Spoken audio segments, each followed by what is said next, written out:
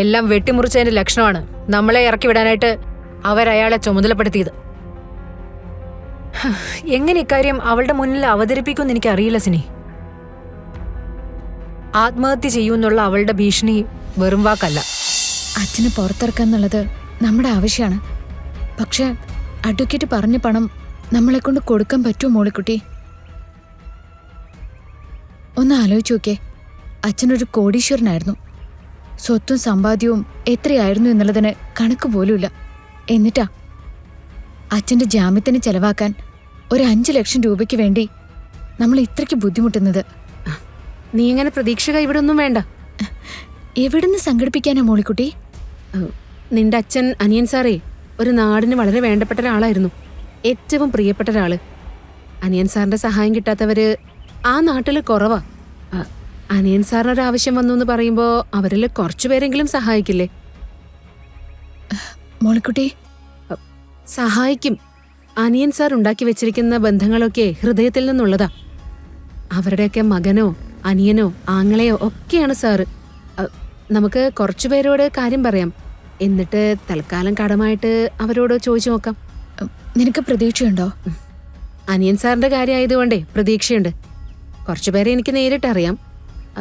നമുക്ക് പോയി ചോദിച്ചു നോക്കാടി. പണം സംഘടിപ്പിക്കാൻ പറ്റുകയാണെങ്കിൽ എത്രയും പെട്ടെന്ന് അത് വക്കീലിന് കൊണ്ടു കൊടുക്കണം. അച്ഛൻ പുറത്തിറങ്ങിയ പിന്നെ ആരുടെ കടത്തിനെ കുറിച്ചും നമുക്ക് ചിന്തിക്കേണ്ട കാര്യമില്ലല്ലോ. നീ ദൈവത്തിനോട് പ്രാർത്ഥിക്ക്. എല്ലാം നന്നായിട്ട് നടക്കും. നീ വാ.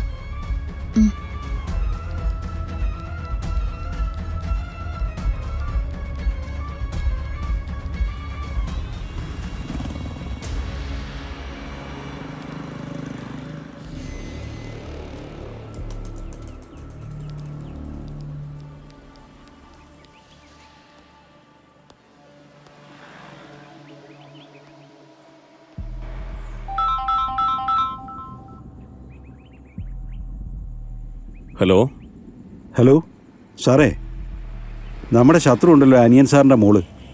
അവൾ ഈ വക്കീൽ ഓഫീസൊക്കെ കയറി ഇറങ്ങി നടക്കുക. ഓഹോ, ആര് പറഞ്ഞു? ഞാൻ നേരിട്ട് കണ്ടു സാറേ. അവരേത് അഡ്വക്കേറ്റിനെ കണ്ടത്? അത് കൃത്യമായിട്ടൊന്നും അറിയില്ല സാറേ. ഇവിടെ ഈ വക്കീലന്മാരുടെ ഓഫീസ് ഇങ്ങനെ നിരനിരായിട്ട് കിടക്കുകയല്ലേ. അഡ്വക്കേറ്റിനെ കാണാൻ പോയിട്ടുണ്ടെങ്കിൽ അത് അനിയൻ സാറിൻ്റെ ജാമ്യത്തിന് വേണ്ടി തന്നെയാണ്. അത് കുറച്ച് അപകടമുള്ള കാര്യമാണ്. താനൊരു കാര്യം ചെയ്യേ. എന്താ സാറേ? അവൾ ഏത് അഡ്വക്കേറ്റിനെയാണോ കണ്ടത്, അയാൾ പ്രശ്നക്കാരനാണോ, അതൊക്കെ ഒന്ന് തേടി പിടിക്കണം. പറ്റില്ലേ? അതൊക്കെ ഞാൻ കണ്ടുപിടിച്ചോളാം സാറേ. ഇതൊക്കെ നമ്മുടെ ഏരിയ അല്ലേ. എങ്കിൽ അതൊന്ന് അന്വേഷിച്ചിട്ട് എന്നെ ഒന്ന് വിളിക്കുക. ശരി സാറേ.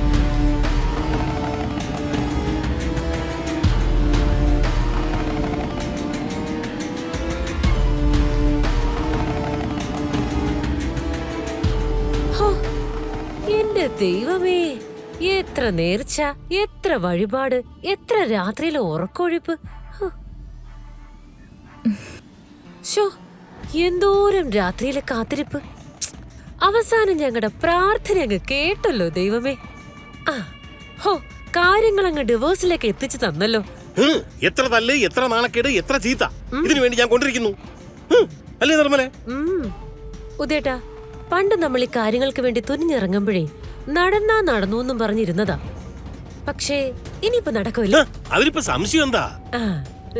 നമ്മൾ 3 പേരും കൂടെ ഒരു ഭാഗത്ത് പോയി ഒതുങ്ങി ഇരുന്നാ തന്നെ ഇവിടെ എല്ലാരും കൂടെ ചേർന്ന് ഗാഥയുടെ നവീന്റെയും ഡൈവോഴ്സ് നടത്തിയിരിക്കും. ഉറപ്പാ. നീ എന്താണ് ഇങ്ങനെ നിൽക്കുന്നേ? അച്ഛനും അമ്മയും ഓരോന്ന് പറയുന്നത് കേട്ടിട്ടേ ഞാൻ ഒരുപാട് മനക്കോട്ടയൊക്കെ കെട്ടിയിട്ടുള്ളതാ. ഇനി ഞാനില്ല ഒന്നിനും. ഓ, ഇപ്പൊ ഉള്ള ഗൗരവം കൊണ്ടു ഉദേട്ടാ. എടി പെണ്ണേ, ആ ഗാഥയുടെ കഴുത്തിൽ കിടക്കുന്ന താലി അങ്ങ് ഊരി മാറ്റിയാലേ പിന്നെ നവീൻ ആരാ? വേറൊരു 2ാം കെട്ടുകാരൻ. ഈ നാട് മുഴുവൻ പെണ്ണന്വേഷിച്ച് നടന്നാലും കൊള്ളാവുന്നൊരിടത്ത് നിന്ന് അവന് പെണ്ണ് കിട്ടുവോ? കിട്ടുവോ ഉദേട്ടാ? എവിടുന്ന്? ഇനി അഥവാ ആരെങ്കിലും പെണ്ണ് കൊടുക്കാൻ തീരുമാനിച്ചാൽ തന്നെ നമ്മള് 3 പേരോട് ചേർന്നത് മുടക്കൂലേ? പിന്നല്ല. അല്ല, അങ്ങനെ പെട്ടെന്ന് പെണ്ണന്വേഷിക്കാനോ സാധ്യതയൊന്നുമില്ല. എന്നുവെച്ചാ ഈ കിട്ടിയടി പെട്ടെന്ന് മറക്കാൻ പറ്റുമോ? അവസാനം കളരിക്കൽ കുടുംബത്തിലെ എല്ലാരും കൂടി വട്ടം വളഞ്ഞിരുന്ന് ഒരു തീരുമാനം എടുക്കും. അല്ല, ഏകദേശം എല്ലാവർക്കും മനസ്സിലായിട്ടുണ്ട് കീർത്തിമോളുടെ മനസ്സ് വേദനിപ്പിച്ചതിന്റെയാ ഈ കാണുന്നതൊക്കെയെന്ന്. എന്നാ പിന്നെ നമുക്കതങ്ങ് നടത്തിക്കൊടുത്താൽ എന്താന്നൊരു ചോദ്യം ചോദിച്ചു കഴിഞ്ഞാ അതങ്ങ് കഴിഞ്ഞു. എടി മോളെ, ഇല്ലേ, പണ്ടൊക്കെ എന്തെങ്കിലും അനുകൂലമായ ഒരു തീരുമാനം വന്നാ അതൊക്കെ എല്ലാം നിന്റെ അമ്മ ചെയ്തതാണെന്ന് നമ്മൾ ഉടനെ ചാടി കയറി പറയും. പക്ഷെ ഇതെല്ലാം ഈ അച്ഛന്റെ ബുദ്ധിയാ. സിതാരയുടെ മനസ്സിൽ വിഷം കുത്തിവെച്ചതും ആരുമറിയാതെ സിതാരയെ ഇവിടുന്ന് പറഞ്ഞയച്ചതും ഒക്കെ അച്ഛനാ. അതുകൊണ്ട് മോളതിന്റെ നന്ദി അച്ഛനോട് കാണിക്കണം കേട്ടാ.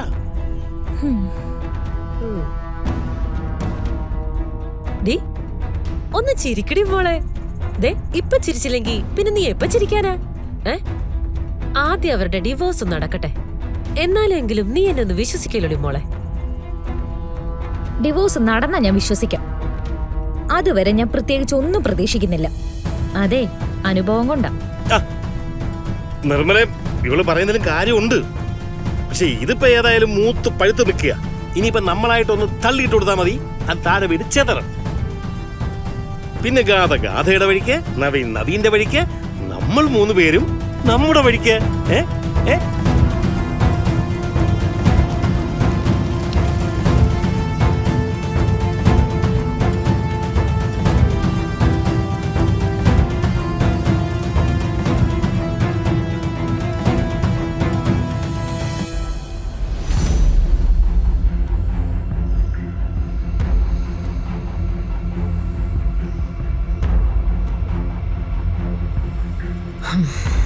സിനി, അവിടെ നടന്നൊന്നും തൽക്കാലം ഗാഥമോളോട് പറയണ്ട.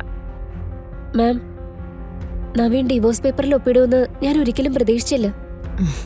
എല്ലാരും കൂടെ നവീനെ ഫോഴ്സ് ചെയ്താവും, അല്ലാതെ അങ്ങനെ സംഭവിക്കില്ല. എല്ലാം വെട്ടിമുറിച്ചതിന്റെ ലക്ഷണമാണ് നമ്മളെ ഇറക്കി വിടാനായിട്ട് അവരയാളെ ചുമതലപ്പെടുത്തിയത്. എങ്ങനെ ഇക്കാര്യം അവളുടെ മുന്നിൽ അവതരിപ്പിക്കുമെന്ന് എനിക്കറിയില്ല സിനി. ആത്മഹത്യ ചെയ്യുമെന്നുള്ള അവളുടെ ഭീഷണി വെറും വാക്കല്ല. ഇപ്പൊ ഗാഥാ മാഡം ചോദിച്ച ഞാനെന്താ പറയണ്ടേ? എല്ലാവരോടും സംസാരിച്ചു, കാര്യങ്ങളെല്ലാം ഓക്കെയാണ്, അങ്ങനെ പറഞ്ഞാൽ മതി. സിനി ഒന്ന് പറയണം.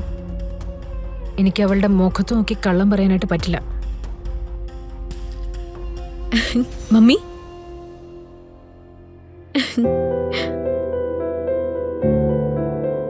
എന്തായി മമ്മി പോയിട്ട്? നവീനോട് സംസാരിച്ചോ? അവിടെ എല്ലാവരെയും കണ്ടോ? ഗാഥാ മാഡത്തിന് വേണ്ടി ഒരു കാര്യം തീരുമാനിച്ചിറങ്ങിയ അത് പൂർത്തിയാക്കാതെ സിത്താര മാം തിരിച്ചു വരുമോ? എല്ലാവരോടും സംസാരിച്ചു, കാര്യങ്ങളൊക്കെ ഒരുവിധം ഓക്കെയാ. Thank you mummy. ഓ, സത്യം പറഞ്ഞാ ഞാൻ നല്ല ടെൻഷനിലായിരുന്നു. അത് മമ്മി കൊണ്ട് അവസാനിപ്പിച്ചല്ലോ.